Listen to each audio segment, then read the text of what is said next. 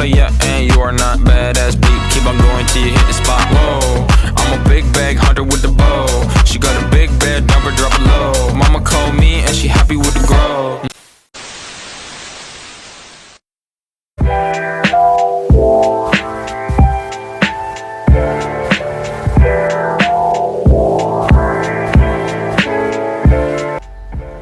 Assalamualaikum warahmatullahi wabarakatuh. Salam sejahtera untuk kita semua.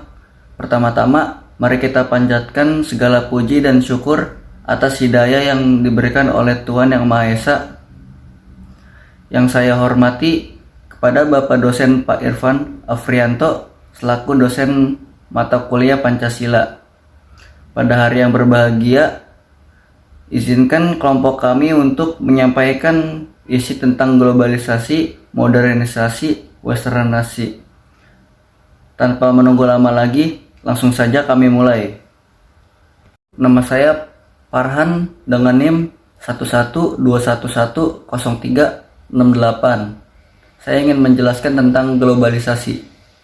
Globalisasi menurut Kamus Besar Bahasa Indonesia KBBI, globalisasi berarti proses masuknya informasi, pemikiran, gaya hidup, dan teknologi ke ruang lingkup dunia. Globalisasi adalah proses penyebaran unsur-unsur baru khususnya yang menyangkut informasi secara mendunia melalui media cetak dan elektronik. Khususnya, globalisasi terbentuk oleh adanya kemajuan di bidang komunikasi dunia. Ada pula yang mendefinisikan globalisasi dengan hilangnya batas ruang dan waktu akibat kemajuan teknologi informasi. Globalisasi terbentuk oleh adanya kemajuan di bidang komunikasi dunia. Istilah globalisasi juga sering dihubungkan dengan sirkulasi gagasan, bahasa, dan budaya populer yang melintasi batas negara. Fenomena global ini acap kali disederhanakan oleh kalangan ahli sebagai gejala kecenderungan dunia menuju sebuah perkampungan global. Global Village, di mana interaksi manusia berlangsung tanpa halangan batas geografis.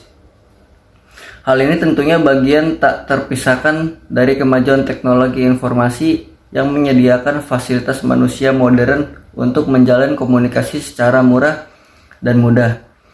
Pada saat yang sama, isu-isu dunia bidang politik, ekonomi, demokrasi, dan hak asasi manusia dengan begitu cepat dapat mempengaruhi situasi yang terjadi di suatu negara.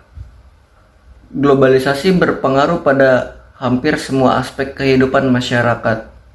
Ada masyarakat yang dapat menerima adanya globalisasi seperti generasi muda, penduduk dengan status sosial yang tinggi, dan masyarakat kota.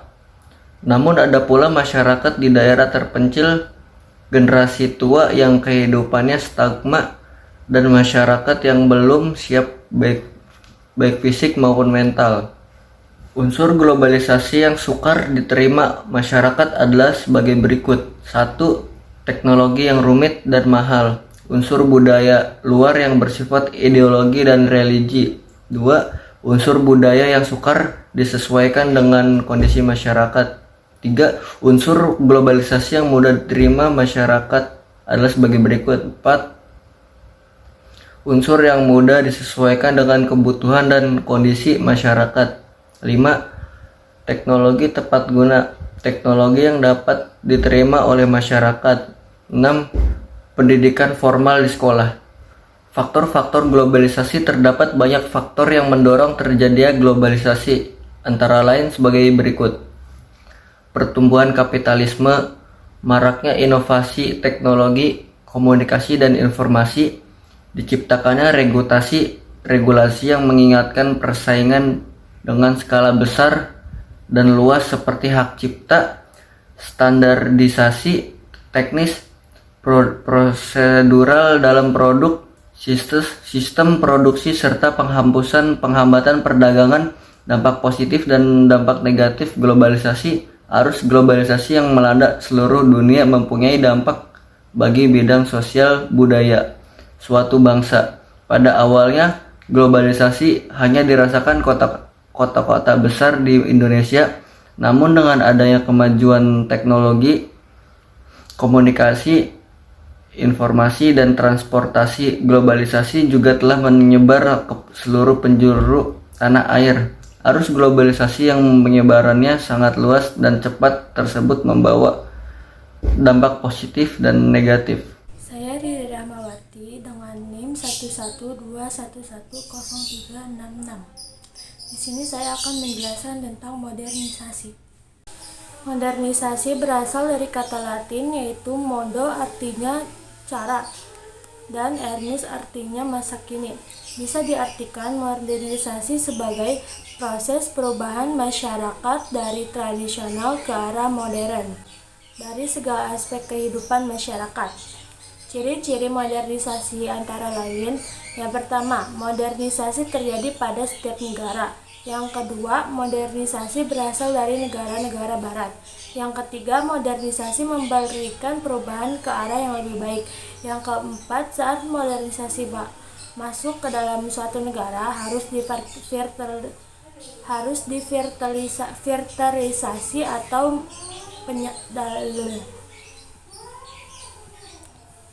Yang keempat, unsur-unsur yang masuk dalam suatu negara harus difilterisasi atau melalui penyaringan.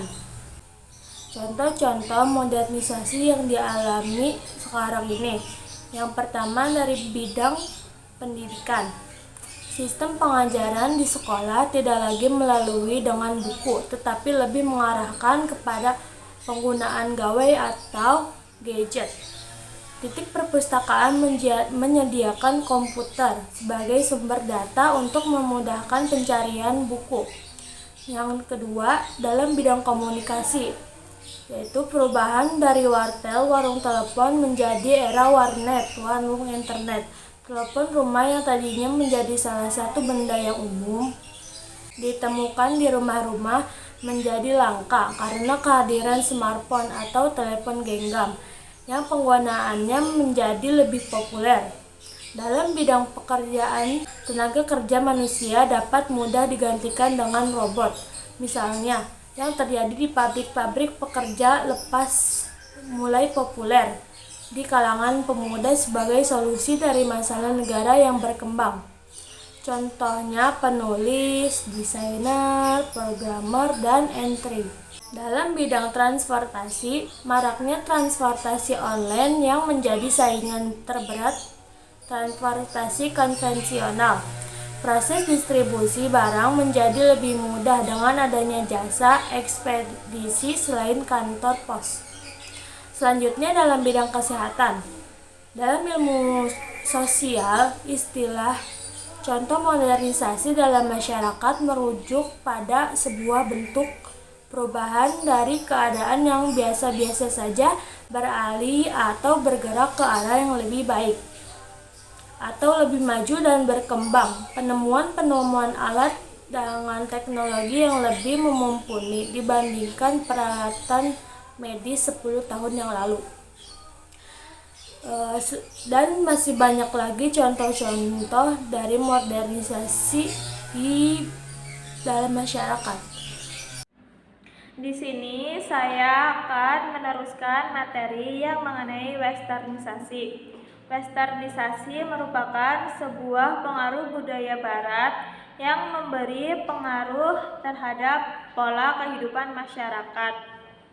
Hampir sama dengan pengertian modernisasi yang mana merupakan sebuah perubahan kairan perkembangan zaman. Namun, westernisasi terkadang berkonotasi negatif, di mana yang dikatakan oleh Koen-Jaraningrat 1981 bahwa proses sosial yang timbul dari suatu kebudayaan bertemu dengan unsur-unsur kebudayaan asing sedemikian rupa sehingga dari kebudayaan itu lambat laun diterima oleh masyarakat tanpa disadari secara perlahan akan merubah tatanan nilai dan moral yang berlaku di tempat asal masyarakat tersebut. Secara harfiah, Dalam Kamus Bahasa Inggris atau Wojciechowski bahwa kata westernisasi bermakna membaratkan. Berasal dari kata westernis, berarti menirukan gaya hidup orang barat secara berlebihan.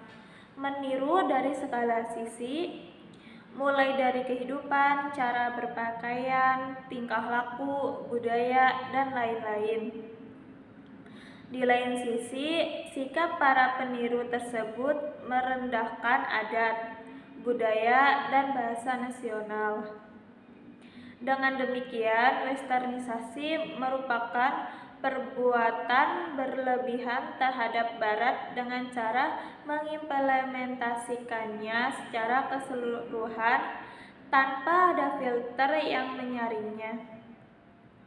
Dengan zaman yang semakin canggih, adanya proses interaksi antar bangsa-bangsa di dunia melalui pertukaran pelajar atau masyarakat, kunjungan wisatawan, dan sebagainya, menyebabkan pengaruh budaya westernisasi yang tidak dapat terhindarkan.